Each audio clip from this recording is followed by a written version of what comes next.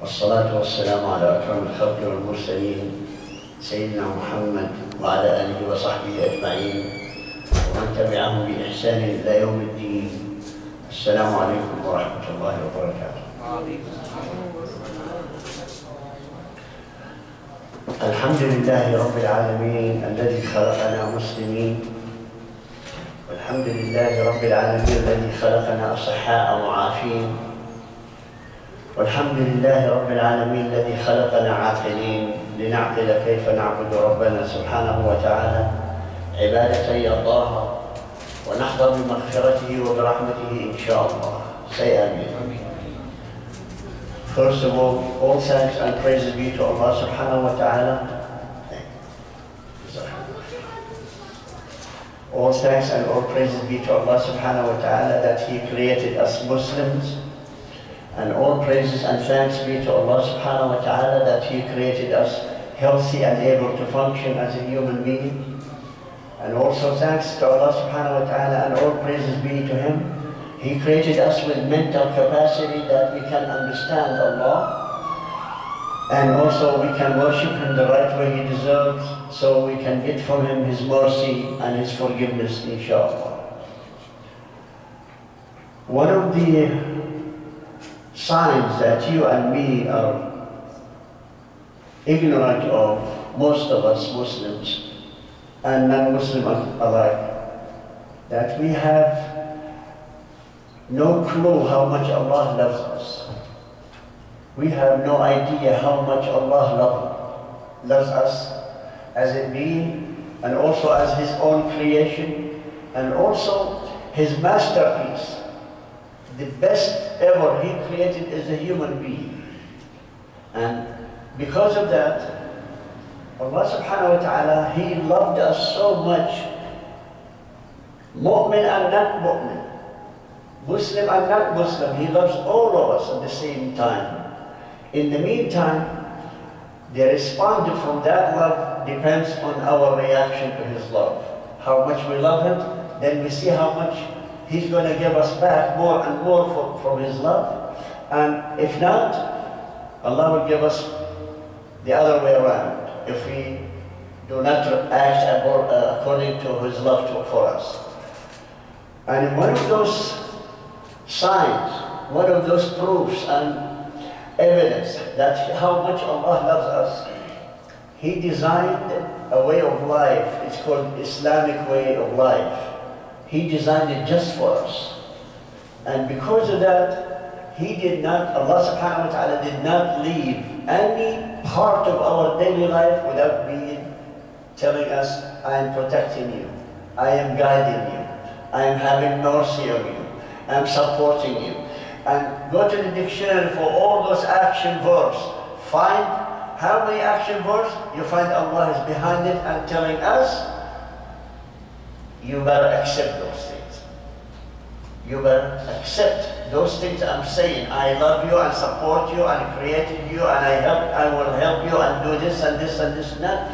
We have to align our, what you call behavior or our attitude according to those action verbs that you find in the dictionary that describes Allah's attitude towards us.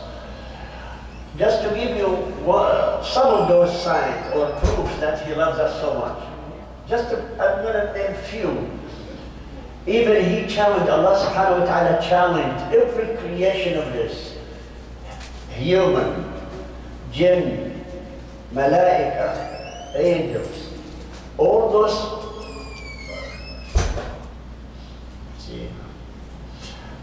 A sign of love of Allah subhanahu wa ta'ala that everybody loves me and I love you more. That's why I commit myself always to come here and to see whoever is here. Jazakumullah khair. But please share with me because most of the times I'm busy talking, so that would not be. So please, if you have a desire to have some, please come and get some. Not like a threat. You know, some people, they threat, you want some, come and get some, so it's like a challenge. But I'm not that. Barakallah fikum. Thank you, brother. And thanks to you too. So Allah subhanahu wa ta'ala challenged all of us, every creation, that can talk and that cannot talk to come together and try to count the ni'mah of Allah, to see how many blessings Allah He gave us as a sign of His love. But He said in the surah called Surah Ibrahim, and I encourage each one of you, please take the time, study this surah. Surah Ibrahim, you will discover so many things. The only thing is you have to ask Allah first to make fath for you, to give you a blessing of understanding. Fath means to understand the meaning of every word in there. So Allah subhanahu wa ta'ala says, وَإِن تَعُدُّوا نِعْمَةَ اللَّهِ لَا تُحْصُوهَا. If you want to try to count my ni'mah, my blessings on a human being or on anything, you will never be able to count how many. But today I'm just trying to just mention a few of them. The greatest ni'mah, the greatest blessing of sign that He loves us, S.A.W. that He is our God, that He is Allah. Imagine those people who are less fortunate to realize that Allah is the God of all things, but they are worshipping something else. Imagine. And you want to know what kind of Allah you have? What's His name first? Allah. Is there any ever human or non-human named himself or herself Allah? He said, you will never find all through the history, even those biggest kafir, biggest enemies of Allah, none of them would dare to call themselves Allah. They call themselves God and Lord and all of that, but it's not Allah. That's one. Second, He has so many names, and I dare, if there is 1% or 2% of all Muslims, they know the names of Allah, or memorize them. Yes, there is a large number of this ummah, they know some of the names. But I dare that we could find more than 1% or maximum 2% of this ummah memorize the names of Allah. The one is written by Rasulullah ﷺ for us, or narrated by Rasulullah ﷺ, that He has 99 names. In the meantime, the names of Allah are written in every masjid, every place, that you just take the time and stand there and read them and memorize them. If you cannot stand that long, if you have bad back like me, I cannot stand for long, so write them or find different copies of some Quran, even some Quran they have inside the cover the names of Allah subhanahu wa ta'ala. Some publishing, some books also, the dua book, you remember those Hisn Muslims, the Muslim Fortress, sometimes they have those names in there. And I'd like for each one of you,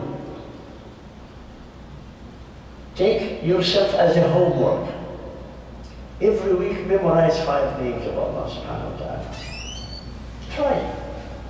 But not only to memorize them, see what they mean. In order for you to know Allah, you have to know what Allah is all about. The word Allah does not explain anything, except just the label of His name, that's all. But how do you know that He is a merciful? Until you read the name merciful, Ar-Rahim and Ar-Rahman, Al-Ghafur, Al-Ghaffar, Al-Tawwab, Al-Latif, Al-Wadud. And see some of those names, when you know what they mean, you will discover something amazing. Let's see this example. Let's play some of the words among us. What do you know about me? I've been seeing you how many months, probably more than a year. How many names do you know about me? Abu Yusuf. Okay. You go and talk about me to somebody else. Nothing except Abu Yusuf. That's all. I'm not talking about my character, my description, or my origin, or anything. But give it my name. There's nobody knows. Majority of us here, they know only Abu Yusuf. That's just phrase this small piece. I'm not claiming that my name is like, God forbid. but I'm saying just an example. And if I wrote down my names to the right, to the left, and say, these are my names, my first name, second name, last name, and my the whole lineage names, then you might have a good chance to know. Now we're talking about Allah subhanahu wa ta'ala. His sign of love about that He is our Allah. Another sign of love that He designed the religion we have to live by. It's called Islam. Also He designed that. But in order for Him to design that one, He designed a book that it's called manual. We call the Quran manual because according to the Quran you conduct yourself. And the manual is your guide how to follow the instructions. And then sometimes, because some of us are thick-headed like me, I need somebody to teach me those manuals. So He sent us the best human being. Anybody knows that? Who's that? Who's the best human being, Mary? Muhammad sallallahu alayhi wa sallam. I don't have enough candy to give all of you, but next time, inshallah. Okay. I owe some of you one or two, right? Do I owe you? Which one? 3. You are? Okay, here. No, I brought one just for you. Good. MashaAllah, good catch. Nice pass. Okay, MashaAllah. So the idea is, Allah subhanahu wa ta'ala, He knew that some of us, we are thick-headed. We cannot understand from first time, even if the words are simple. So He sent us teacher. And that teacher, this is the most miraculous thing. This teacher, he is illiterate. He doesn't know how to read and write. The only thing he says, Ya Rasulullah, what does this mean, Bismillah? Then he explains it. He goes down to our level, to our simple minds, and he explains it to us. So his job is to teach us. The ones who has thick heads simplifies things for us. So that's another ni'mah of Allah subhanahu wa ta'ala. And here it is. One of the greatest ni'mah again. Allah subhanahu wa ta'ala says to each one of us, from the beginning of Muhammad sallallahu alayhi wa sallam until the day of judgment, each one of us, He said, you think your mom and dad has brothers and sisters for you? Oh yes, they have. I have 4 brothers and 3 sisters. No. Allah will say to you, no. I'm going to give you 3 brothers and sisters. Every Muslim on this earth is your brother, and every sister on this earth is your sister.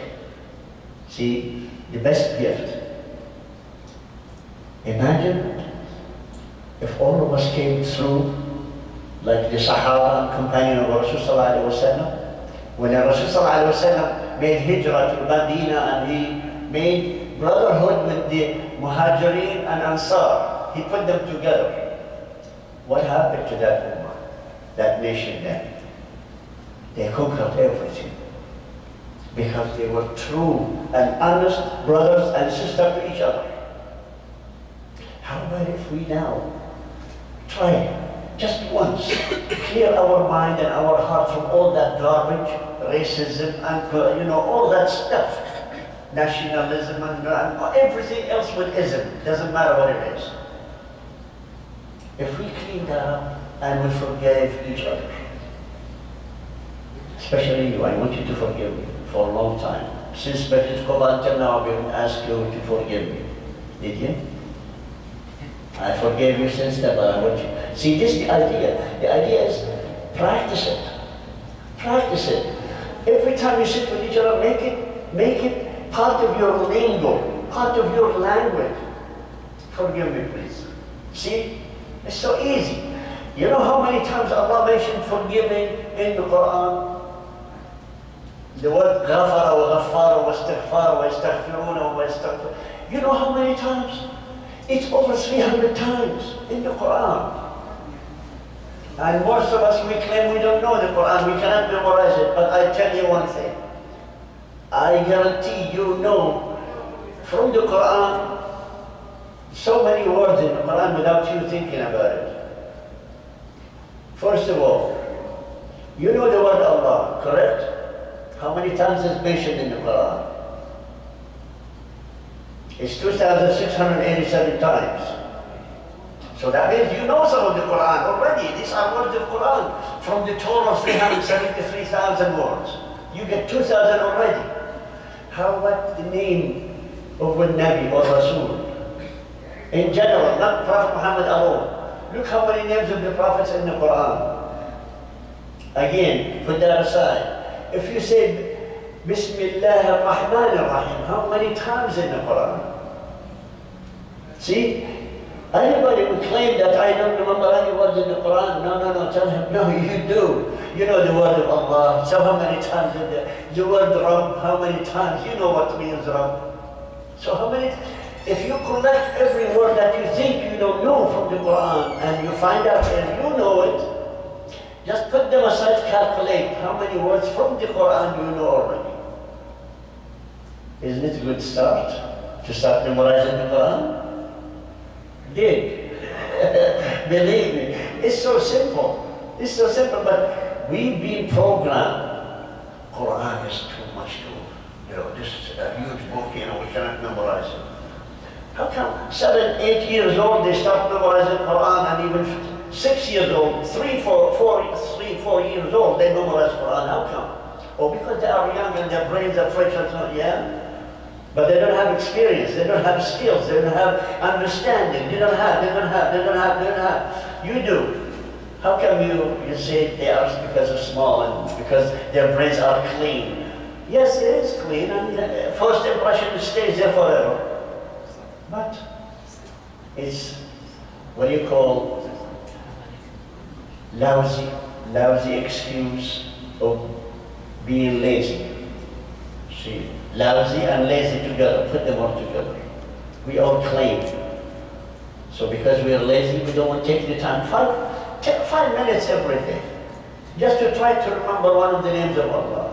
Put that aside. Take half an hour every day to read the Quran, just read it first.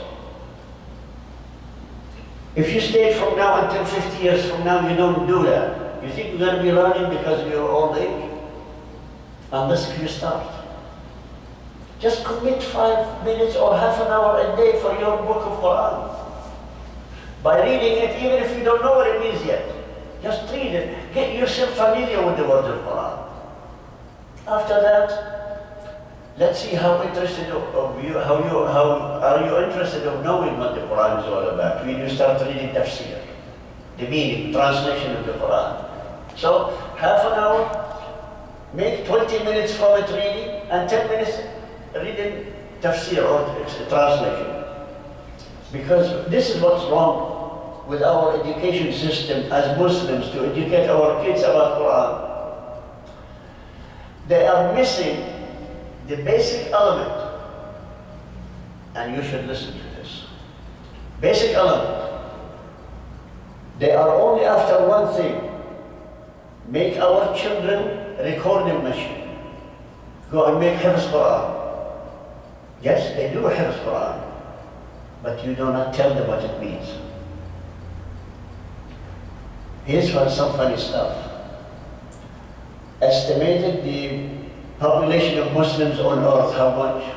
1.5 billion, give and take. Am I right? For the latest news. Some Pakistani brothers and some Bengalis say, no, you don't count Bengali with this millions. So it's 1.7 billion. Yeah, okay. 1.7 billion. From those ones, how many memorize Quran? From cover to cover. I did some research. The estimated is 154 million Hafiz al-Quran. Allahu Akbar. But you think it's a lot?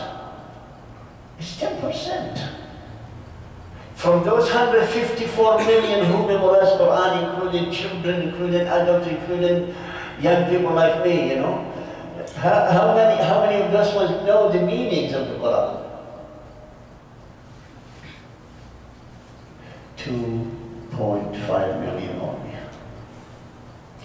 Isn't it sad? From 154 million, only 2.5 million, so that leaves 151 million and a half people memorizing the Quran. They have no idea what it is. We are recording machine now. Even yet worse, parrots. You know the bird that repeats every word you teach the bird? That's where we are. That's why those people who are teaching, they don't have any clue what is the best for our children. It's a good thing to memorize Quran, but what's the use? What's the use? Yes, they get reward by Allah subhanahu wa ta'ala, but do they going to benefit this ummah by explaining what it means? And this is my point.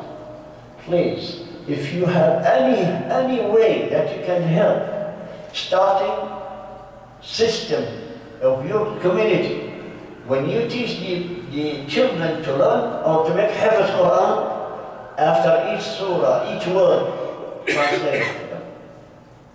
Translate it to them. When you say, Qul huwa Allahu ahad, it means say it's only one Allah. Allahu Samad, say this, and Allahu ahad, Allahu Samad, this is what it means. Lam yalid wa lam yulad, this is what it means. Lam yakun lahu kufuwan ahad, this is what it means. And here memorize it, Qul huwa Allahu ahad, Allahu Samad, what it means. So the youngster will grow up knowing the Quran. Some Muslims, they envy the Arab because we understand it. Isn't it better to understand the Quran than just reciting it like a drum?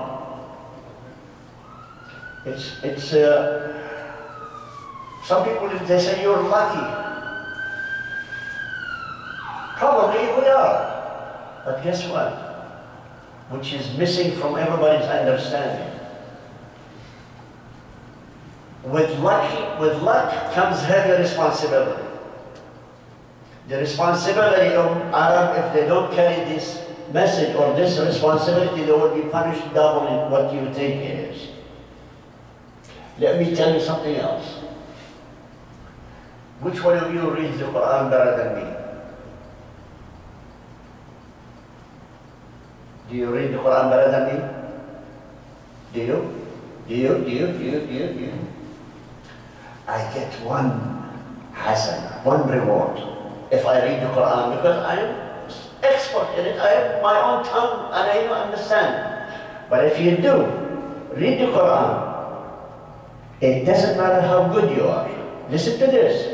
If you read the Quran while you are stuttering, while you are making hardship to pronounce and this and that, guess how many rewards you get?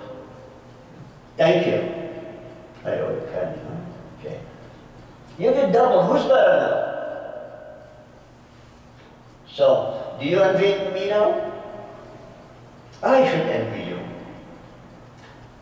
But this is beside the responsibility. We're talking only the reward-wise. And imagine if you read the Quran, then you start teaching somebody else. With all the faults you're doing in the recitation of the Quran. Allah will never charge you with anything. Allah will give you more reward because you're teaching somebody else. What happened to me? My punishment is going to be double, not reward. Because I did not teach anybody. So you envy the Arab now? So who's better positioned than the other? Overall. Unless if the Arab person takes it seriously. Because the Rasul said, خَيْرُكُمْ مَنْ تَعَلَّمَ الْقُرْآنَ وَعَلَّمَ. The best among you who learn the Quran perfect and he start teaching it. See? That is the responsibility of the Arab when Allah subhanahu wa ta'ala chose to give the Quran and Islam and Muhammad sallallahu alayhi wa sallam from among the Arab, because they had few qualities Allah subhanahu wa ta'ala wanted to continue. Every other nation, they lost it. But there is one quality no other nation has the most. First, the Arabic language. Because the Quran, Allah wrote it down on the Lawh al-Mahfuz in Arabic, everything in Arabic language, and He put the time until the Arab perfected the language, the Arabic language. Until Quraysh was the masters of the Arabic language, then Allah subhanahu wa ta'ala says, "Ya Quraysh, I'm going to challenge you. This is your perfect language, I'm going to challenge you." He started with Alif Lam Mim. Do you think any human being ever know what does it mean? They asked the Prophet ﷺ, Ya Rasulullah, what this means? Alif Lam Mim. He says, I have no idea. It's your language. Let's see what happens.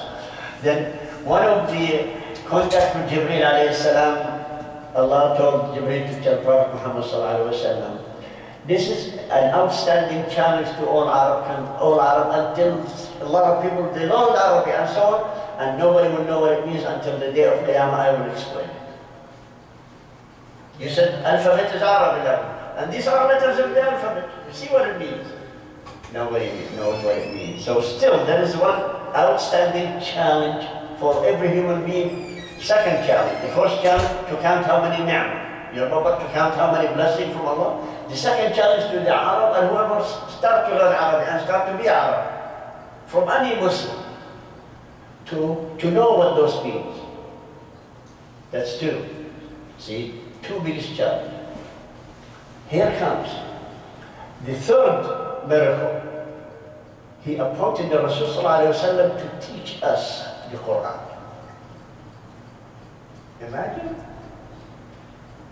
Imagine somebody says, will you come and teach my kids computer? Expert of no knowledge of computer. I'm expert in that. Imagine somebody asking me to teach you computer, your kids. What am I going to say? But the difference between me and Prophet Muhammad ﷺ, he has the ability, I don't. He has the knowledge and understanding of everything about Allah, I don't. See what's the difference? But in order for us to start something on the path of Rasul ﷺ, my advice, who wants to know the Quran? You don't, right? Who wants to know the Quran? Nice. I suggest to start reading the Seerah of Rasul sallallahu alaihi wasallam. Seerah. You know Seerah means? In the English term, in the new education contemporary things, they call it the documented biography or autobiography of Rasul sallallahu alaihi wasallam.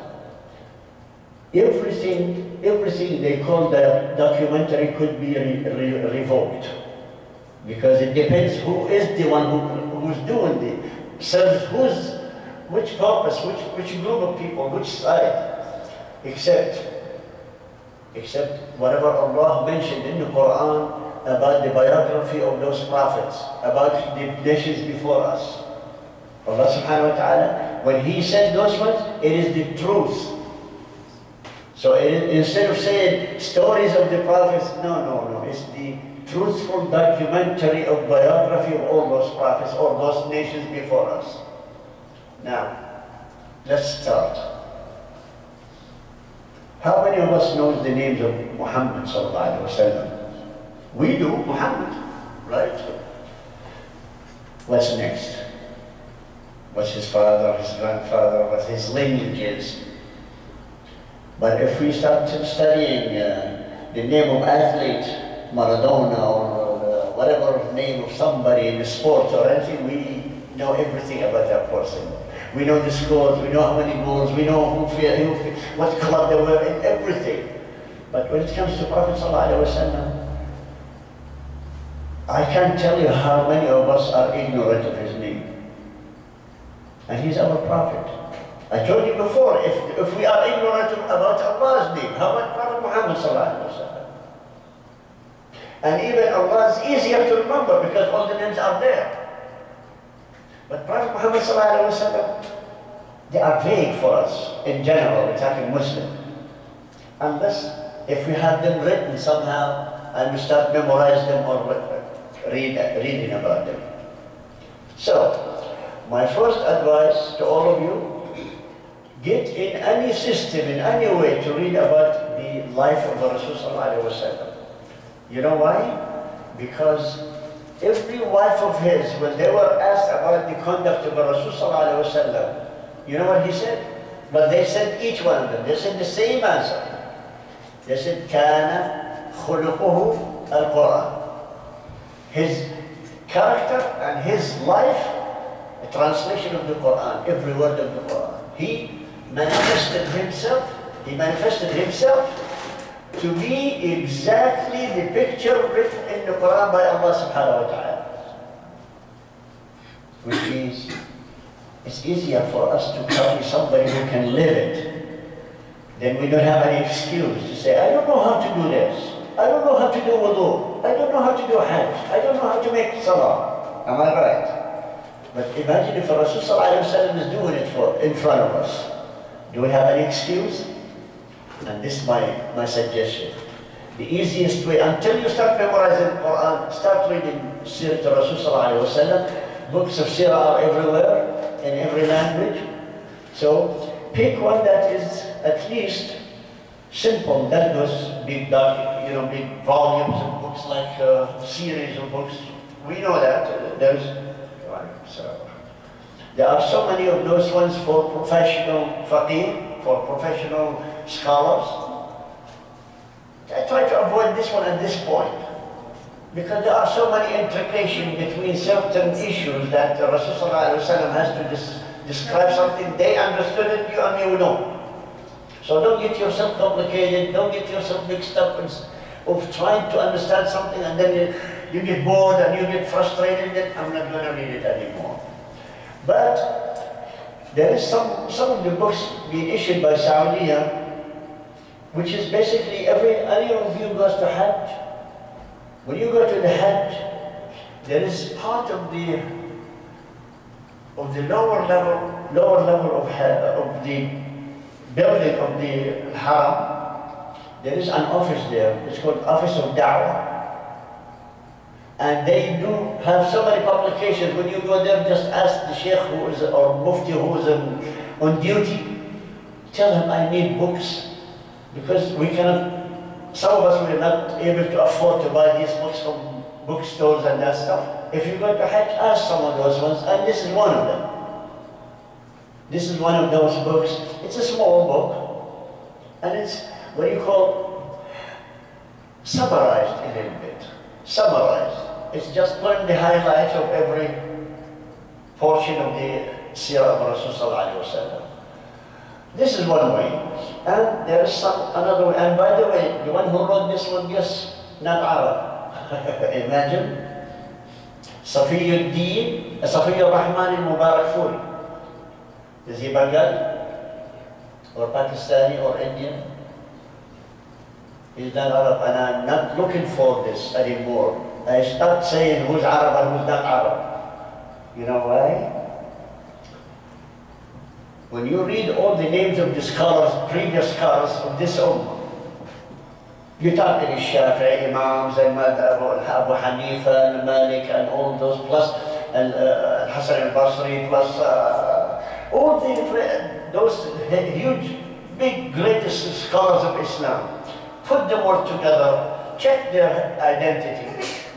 65 of those, the greatest ones, 65% of those were non-Arab. Why? Because number one sunnah is to learn Arabic. Number one sunnah. Because what comes out from the mouth of Rasulullah is sunnah. The first thing he talked about, Islam, he talked about in Arabic language. That's how the delivery is. So if you have a chance, please, I encourage each one of you, try to learn Arabic language. It doesn't matter which way, just learn the Arabic language.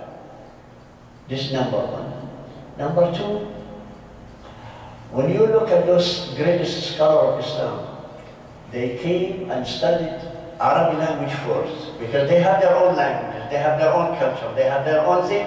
The first thing is to transform their way of life to the Islamic way, according to who?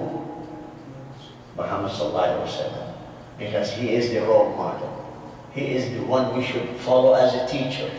He's teaching us everything. So, without further ado, I'm going to start.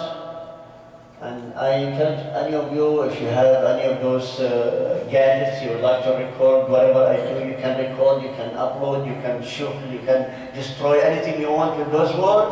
But if you're going to get money, then give me some. Anyhow, so you can record anything you want. So it's free, right? Okay. So I'm going to start with you today with something. So from now on, every Sunday, just to remind you, before Ramadan, we went through asking a recommendation from all of you to write a recommendation, what subject we talk about after Ramadan, when we start the series of diseases of the heart. By the way, diseases of the heart is not complete. It's 32 sessions. But we finished with 6. Because Ramadan came in and says, Ramadan is more priority than knowing our disease. Because in Ramadan, in 30 days, we might clean up everything. And it's the mercy of Allah upon you. How many of those diseases you cleaned in Ramadan? Allah gave you the opportunity. Allah gave you His or her help. Allah gives each one of us His help in Ramadan to clear you out from all the diseases. But it's up to us. Wait a minute, I cleaned 32 of them, but I still like these two. You bring them back. And then I like 6, 7 of those ones, I like to bring them back. Now we're back to 38. 38 diseases. But anyway, may Allah clean us more, inshallah. That's where we practice in every Ramadan to clean up our diseases. So ask Allah to protect you from all those ones not to come back. So now, because of the series of diseases of the heart is going to be hung, but at any given time I could come back to it and continue. I have the handwritten, every subject I want to talk about is handwritten here. And this is going to be written to here. But I'm going to start you with the book from the beginning. So what we say when we start anything? Huh? Bismillah. I say I start. I'm going to be bankrupt, by getting more candies to give away, But please, those who have any connection with the administration, tell them, get a box of candy for Abu Yusuf so you can give us back some. Inshallah. Jazakumullah khair. See, I can't look at you, without giving you candy. How is that? She's sitting there and looking at me. When he's going to give me candy? Am I right? You got your candy through different channels, right? So ready? Can you catch? Bismillah. Wow, right there. MashaAllah. So anyway, the best name on earth after Allah subhanahu wa ta'ala is Muhammad. Now let's see, what does it mean? By the way, before we start again, Arabic language, there is no such thing, any word in Arabic has no meaning. And there is no, what you call derivation from any word except it has origin. Where this word came from, how it's developed to be this one. Everything has a meaning and it has origin where it came from. And all within the Arabic language, not taken from outside. So the Arabic language, Allah planted it on earth, and Allah told us to pick up the fruit of that plant, the Arabic language. Everything is what you call, and we call the Arabic language as a description, it's called madbuta. In Arabic, we call the Arabic language as madbuta. Madbuta, it means everything has a rule. No way you can find in Arabic language anything without rule. That's why it's called qawa'id, the grammar. In English translation, it's called grammar. In Arabic, we call it qawa'id, which means the basic rules for everything in Arabic language. So, the only one word we don't have any translation where it came from except the word Allah. The word Allah was taught to us from the beginning of the creation. When Allah created, He says, my name is Allah. When He starts creating, my name is Allah, and this is it. But what does it mean? Then, later on, people start to know what Allah means. Who can tell me what does it mean? What does it mean, Allah? Rabb al-Alameen. Rabb al-Alameen. See, that's another, we start to learn, it's Rabb al-Alameen. What else? The most powerful. Huh? The most powerful. It's the second, right? Malik Yawmiddin. Then we start to know about that. Malik Yawmiddin, we've been told, but we don't know about it until we go to Yawmiddin, the end of Qiyamah. Al-Rahman, Al-Rahim, Al-Malik, Al-Quddus, Al-Salam, Al-Mu'min, Al-Muhaymin, Al-Aziz, Al-Jabbar, Al-Mutakabbir, and so on. We start learning. What does it mean, Allah? Now let's go for Prophet Muhammad sallallahu alaihi wasallam. Muhammad goes back to the root verb. It's called root verb. It means Hamida. Hamida, which means praised. Hamida, which means praised. That's why we say Alhamdulillah, which means Hamd. Hamd is the noun. The verb is Hamida. Now, we have the subject, the object, and the adjective. You know those words in English? And these are derived from the word Hamida. So Muhammad is the subject or is the object, which means the one who is being praised. Muhammad, the one who is being praised. By whom? Who's praising him? Number one is Allah. Allah praised him before he was born even. You remember Allah told in every book He revealed to his creation, every book on every prophet. Remember, if I send this one among you, you have to follow. And Allah said that in the Quran. He said, if I send you one with my real book, not real, because all of them are real, but he mentioned the truest book that contains everything, you should follow. Do you agree? They all said we agree. Then he used the word خَرْتُمْ عَلَيْهِ إِصْرِي. Isri, which means covenant. Anyone's break that one covenant, he will be chopped right there. This is what Allah subhanahu wa ta'ala said. So, he was praised by who? By Allah first, and then by the Malaika, and then by the prophets, and by the books they have. He was telling them about the name. In the Torah, he told them it's the name. They read it until now, Muhammad. They say Muhammad. But they changed the meaning of Muhammad in the Hebrew language. Because they cannot pronounce Ha, they have to come up Ha instead. And the Torah, it says what? His name is Ahmad. Prophet Isa alayhi salam, he told all the Christians in the Bible, it says, there is one prophet coming after me, his name is Ahmad. They crossed it, they said the praised one again. Imagine. But who is the praised one? This Muhammad sallallahu alaihi wasallam. So when you say also Ahmad, superlatives, you know what superlatives or comparatives? When you say tall, taller, the tallest. Muhammad, another name is Ahmad, which is higher level, good, better, best, you know. And then Mahmud. See, these are from Hamida. So many names. Al-Hamid, Allah subhanahu wa ta'ala, the name of his, Al-Hamid. Tahmid, Muhammad, Hamdun, Hamid, and so on. So these are the derivation of it. So to tell you something else about the Arabic language, it was discovered by a study for 10 years. 10 major universities of the world, they studied the Arabic language and studied all languages to see which one is the largest language.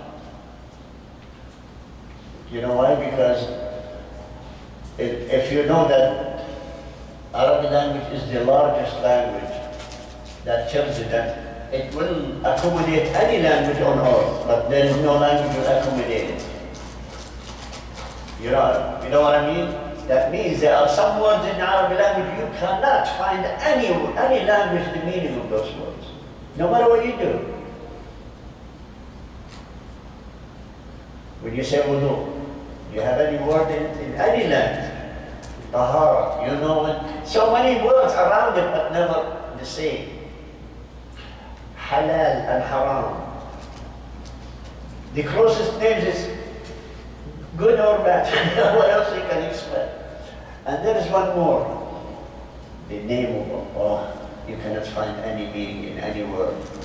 The Arabic language explains it. And Allah subhanahu wa ta'ala made another miracle in this language. If you study the Arabic language, the rules of how to write the letters, there are rules. And Allah broke the rule. The first rule of the Arabic language, He broke the rule and He told the Arab, I dare any one of you can make that again. The rule is the letter Alif, the first letter. If you write this letter with connection with another letters, you know, the letter Alif. Any letter from this side before it, you can connect it. But you cannot connect from any letter behind it, with it. So always the Alif at the end. If it's in the middle, it's not connected with any letter after that, it's separate. Except the word Allah. Allah at the end. It should be Allah and then Ha separate, according to the grammar of the Arabic language. Like Allah subhanahu wa ta'ala says, if I wrote it that way, the meaning is changing. The meaning is going to be what? Allah. Allah, it means the one who takes your mind off. Imagine? Instead of the one who gives you the mind. Allah. See what is the problem? So, without further ado, let's go to learn about Prophet Muhammed ﷺ. We know he is the praised one. Can I take 1 minute? We're going to start discussing about the Prophet Muhammad ﷺ, his name and his lineage. Everybody knows what lineage means, his family structure, his family name and where it came from, and the names of his fathers and grandfathers, and then we're going to go the names of his mother and her lineage and her father, and then his wives. We're going to go through his wives, where they came from, and each one's name, how it's going to develop. So, inshallah, with Allah's help, with your patience, inshallah, we can take it easy, unless if you're going to push me to do it fast.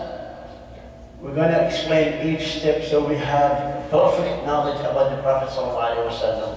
So if anybody asks you from anywhere, you are Muslim and you don't know how to talk about your Prophet, imagine, what a shame.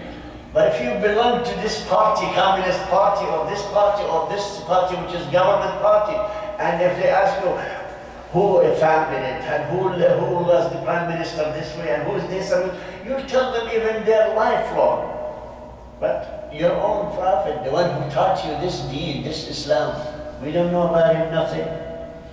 Even some of us, we cannot even pronounce his name right. We said, instead of Muhammad, we said Muhammad. I'm not criticizing, but I'm saying lack of education, lack of commitment to your deed, to learn about. And may Allah give us the strength to learn it, to be better, inshallah, in Islam. 10:30, right? So 10:15, I need some timekeeper to tell me, to give me a sign, 5 minutes or 3 minutes or 1. You. Inshallah. Inshallah, okay. When it's 5 minutes to 15, tell me, so I will cut it short. Okay? The first thing we have to say about Prophet Muhammad ﷺ, the few words before we mention his name. He's the most honorable, lovable human being to Allah. And he's the best human Allah ever created in the human being. And then he is the role model and the teacher of this ummah. And if you like, just to make salah on him after that, because that gives you so much reward when you say sallallahu alayhi wa alihi wa sallam. After that, what number from the prophets he was. You know, each one of us has a number, the social insurance number for this country, but his number in the creation of the prophets, what number? The last 18,000. I'm sorry? We said the last prophet, okay, what the number? 320. 124,000. MashaAllah, MashaAllah, see? I told you, inshallah, by next year, no need for me here, inshallah, inshallah. So yes, he was number 124,000 person or prophet. He was the last. He was the seal of all prophets. Khatamul Anbiya. And his father. His father is Abu Muhammed. His father name Abu Muhammed. Like my father Abu Yusuf, but you don't know my name. But his name is Muhammad, better known. And by the way, my first name is also Muhammad. You know, Muhammad Yasser combined Yasser. Muhammad Yasser. See, you now learn about my name. Muhammad Yasser. And God forbid I'm not on the level of Prophet Muhammad sallallahu alaihi wasallam. His name and his father's name is the best name on earth. To be named as a human being is the name Abdullah. What is the best name of a human being to be named? Abdullah. Next one is Abdul Rahman. And then Abd, all the beautiful names of Allah. Abd of any of the names. Except a few names you cannot say, you cannot call. Abdul such and such, you cannot call them. Abdul Aziz. Because, sorry? Abdul Aziz.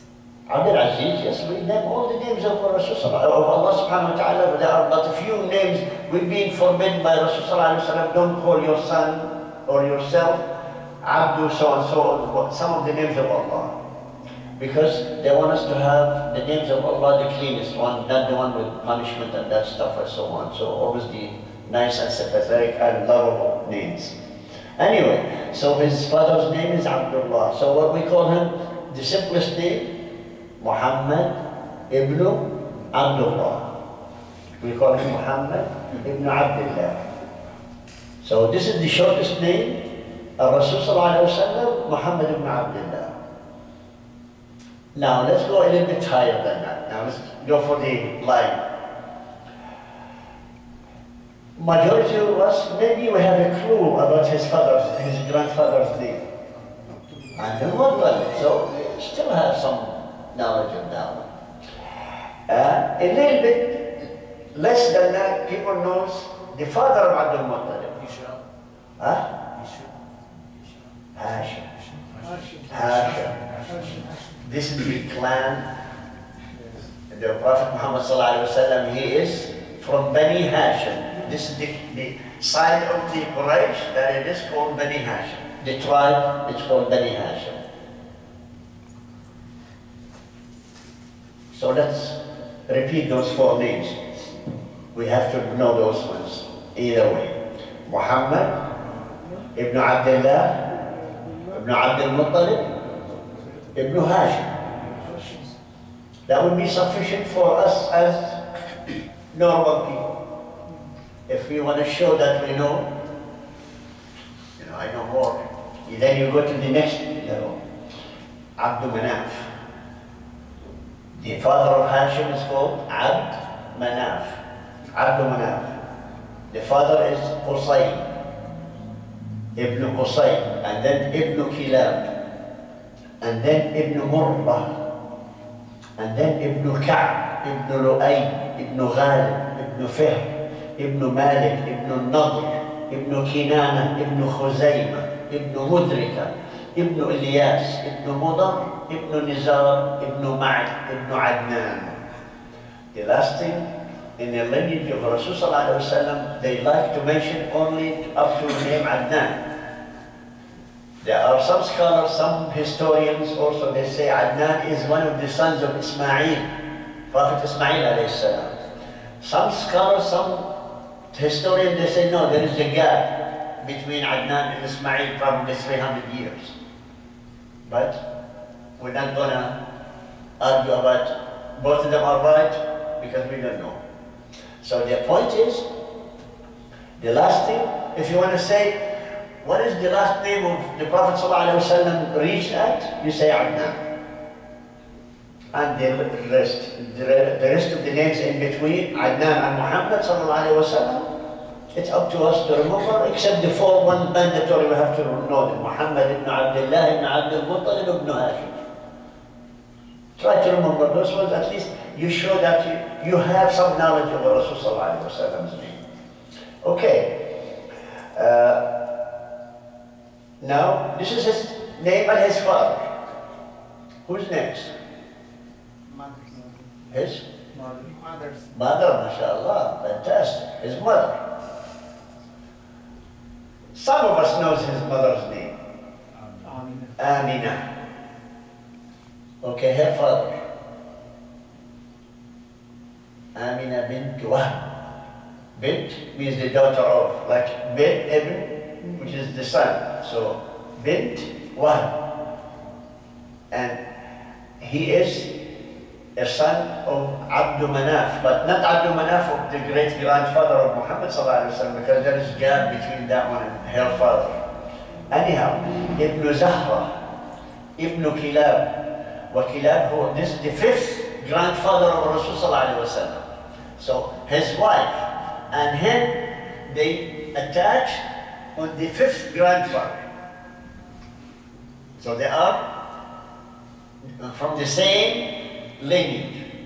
They meet together on the fifth level of grandfather. We call it Jidd al-Khams. Jidd al-Khams, which means the fifth grandfather.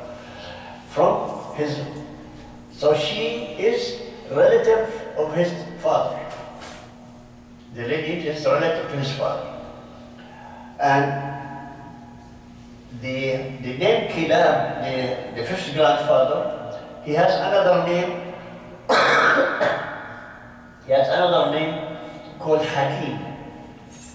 Hakim, it means the wise man, another description for him. So now we know his name to his father and his name to his mother. Now we go to his tribe. We said his tribe is Bani Hashim, mashallah. And Bani Hashim is a branch of the main tribe. Huh? No. Quraysh, barakallah fi. Whoever said Quraysh is correct. Candy's coming out like inshallah. So anyway, so Quraysh is known among the Arab, is the most honorable tribe in all Arabia. So Quraysh is the most honorable tribe in all Arabia, that's one. And also, they are more honorable than the rest because they are the custodian of Kaaba. Not because they are also honorable and noble tribe, they are also, even if they are not noble, just because they are taking care of the Kaaba, they are more noble. They are more honorable. So that's another reason for Quraysh to be standing taller than all the rest of Arabia. That's one, too. And again, Quraysh, where it came from, the name Quraysh. You remember there is one of the grandfather of the Rasul ﷺ, his name is Fihr ibn Malik ibn Nadr ibn Kinana, before Adnan. You remember we mentioned there before the names. Lu'ay ibn Ghalib ibn Fihr ibn Malik ibn Nadr ibn Kinana ibn Khazayma ibn Mudrika. This first here, he has another name, is called Quraysh. Quraysh is pet name for someone called Kirsh. Kirsh, it means piastre in money. You know, in Arabic you call Kirsh, which is a denomination of coins. But when you say, for instance, you say, this is me, Yasser, But you make pet name for me, you call it, make it smaller. Pet name, it means terms of endearment, terms of love. The same Quraysh, from Quraysh, it means to make it minimized or smaller. That's how we love each other. We love our kids when we have a name for our kids.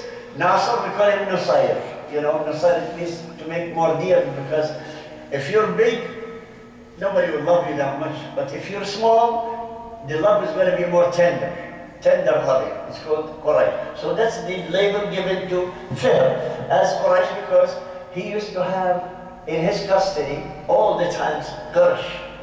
You remember the denomination Quraysh and Dirham and Dinar, those used to be the denomination of coins. Quraysh is from copper, Dirham is from silver, Dinar from gold. These are the denomination of coins and the currency of the Arab at the time. So the name Quraysh came from one of his great-grandfathers. His name is Fihr, but his nickname or pet name called Quraysh. And he established the rule and his domination at the time. So all his offspring, all his children and grandchildren, and all, he has 22 sons, I think, and from them Quraysh came in. The tribes of Quraysh came through this man because he has so many children, and the names followed. They used to say in Bani Quraysh, like when we say Bani Israel, because Israel is the father, which is Prophet Yaqub alayhi salam. He has another nickname, but was given by Allah to Yaqub. He told his name is Israel. It has a meaning. Israel, it means the one who stands at night, early or late at night or early morning, to worship Allah. You remember Subhanallah, Asra bi'abdihi laylan. Asra also it means the one who wakes up at night, early morning, to start something. So anyhow, as we said, every name has a meaning in Arabic language. We have to know what it means. So here comes the final one we're going to be talking about. We should start with. You're fired. You're supposed to tell me 5 minutes ago. Timekeeper. Okay, I'll finish it fast anyway. Then when he gives me signal for Adhan, then I'll stop right away. So the idea is, Quraysh now resides in Mecca. And according what they discovered, all Arabia, they kind of give them more special treatment. So they raised to the occasion. They said, okay, they respect us, then we're going to be fair with everybody. Because we are the custodian of the Kaaba. And every year there is Umrah and Hajj. People still coming since Ibrahim alayhi salam, when he established the Kaaba. So now, because we do that, they have a 12 branch. Quraysh has now 12 branches. And each branch, they have to have responsibility of serving the people who will come. The best branch is the one who feeds the people of Hajj. Give them food for free. And then they give them water from Zamzam for free. You know, buy a gallon for $20, you know, they give it to them for free. And this branch tribe is called Bani Hashim. Bani Hashim. So the best honor from the best tribe, from the best place is Bani Hashim. And from Bani Hashim, the best part,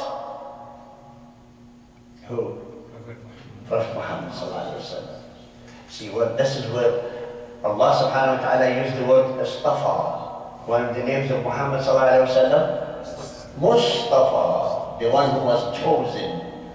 So Allah subhanahu wa ta'ala, He chose this nation as Arab to deliver His message, which is written in the same language of Arabic. And He designated the most honorable one among them to teach the world, the universe, about Allah, which is Prophet Muhammad sallallahu alaihi wasallam. So we're going to stop at this point, I hope each one of us start to understand the level of Muhammad sallallahu alaihi wasallam concerning the rest of around him. Then we're going to see later on, inshallah, next Sunday, every Sunday we're going to add more and more about this series of the Seerah. It's called Seerah al-Rasul sallallahu alaihi wasallam. We're going to add to our information, level by level. So by the time when you are halfway through, you can say, Abu Yusuf, can I take over? You can sit here and teach people about it, because you're going to be digging and knowing more knowledge about it, inshallah. At least give me a break, you know. My coffee gets cold. But inshallah, we need to have more knowledge about our Islam. We need to know about Muhammad sallallahu alaihi wasallam in order for us to know about Allah, so we can worship Him good and right, so we can get from Him His mercy and His forgiveness. So finally, Subhana rabbika rabbil izzati amma yasifun wa salamun ala al-mursalin wa akhiru da'wahum and alhamdulillahi rabbil alamin.